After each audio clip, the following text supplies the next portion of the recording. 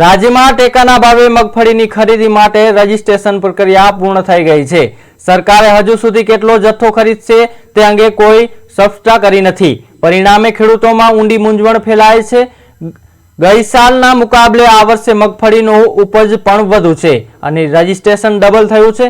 કિસાન સંઘ દ્વારા માંગ કરવામાં આવી છે કે પકવેલી મગફળીમાંથી ઓછામાં ઓછા 50% જથ્થો ટેકાના ભાવે ખરીદવામાં આવે અને રજીસ્ટ્રેશન પૂર્ણ થયા બાદ તરત ખરીદી શરૂ કરવામાં આવે, જેથી દિવાળીના તહેવાર પહેલા ખેડૂતોને પૈસા મળે।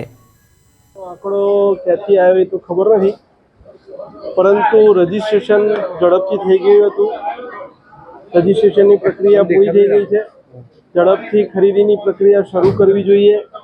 સામે દિવાળી આવે છે, ખેડૂતને ખૂબ પૈસાની જરૂરિયાત હોય એટલે ઝડપથી ખરીદીની પ્રક્રિયાની વાત માન્ય કૃષિ મંત્રીશ્રી સમક્ષ રજૂ કરી છે।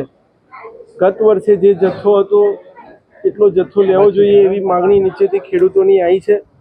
કમસે કમ ખેડૂતોના ઉત્પાદનના 50% જેટલી મગફળી સરકારે MSPથી ખરીદવી જોઈએ એવી પણ આજે રજૂઆત કરી છે માન્ય મંત્રીશ્રી જોડે।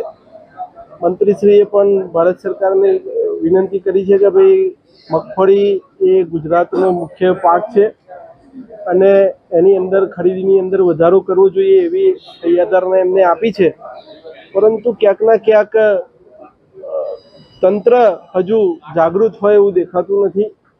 તંત્રએ એની પૂરી તૈયારી નથી કરી, કારણ કે પૂરો જે જથ્થો આપણને જે 66 લાખ મેટ્રિક ટનની જે ફાળવણી જે અંદાજના આંકડા મૂક્યા છે એનો પૂરતા પ્રમાણનો જથ્થાની ફાળવણી પણ હજુ સુધી આપણને કેન્દ્ર સરકારે નથી કરી, એટલે ક્યાંકના ક્યાંક તંત્રની ઢીલાશ હોય એવું દેખાઈ રહ્યું છે। એટલે માન્ય કૃષિ મંત્રીશ્રીને વિનંતી કરી છે કે આની અંદર ત્વરિત કંઈક એક્શન થાય અને ખેડૂત અત્યારે જે અસમંજસ છે કે અમારી કેટલી મગફળી લેવાશે એની સ્પષ્ટતા થાય એવી માગણી મને કૃષિ મંત્રીશ્રી સમક્ષ આજે કરી છે।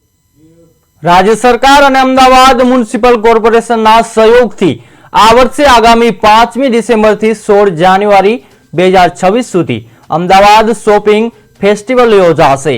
તેમાં મુખ્યમંત્રી ભૂપેન્દ્ર પટેલના અધ્યક્ષસ્થાને મળેલી આ શોપિંગ ફેસ્ટિવલના આયોજન અંગેની ઉચ્ચ સ્તરીય બેઠકમાં આ નિર્ણય લેવામાં આવ્યો હતો।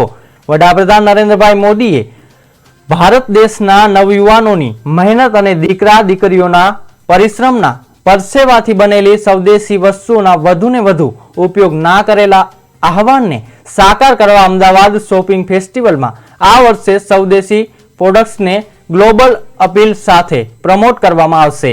એમ પણ આ બેઠકમાં નિર્ધારિત કરવામાં આવ્યું હતું કે અમદાવાદ શોપિંગ ફેસ્ટિવલ દેશમાં સૌથી મોટો શોપિંગ ફેસ્ટિવલ તરીકે જ ઇમેજ ઊભી કરે છે। તેને વિવિધ થીમ સાથેના બજારો ઊભા કરીને વધુ વ્યાપક બનાવવામાં આયોજનની ચર્ચા પરામર્શ આ બેઠકમાં થયા હતા।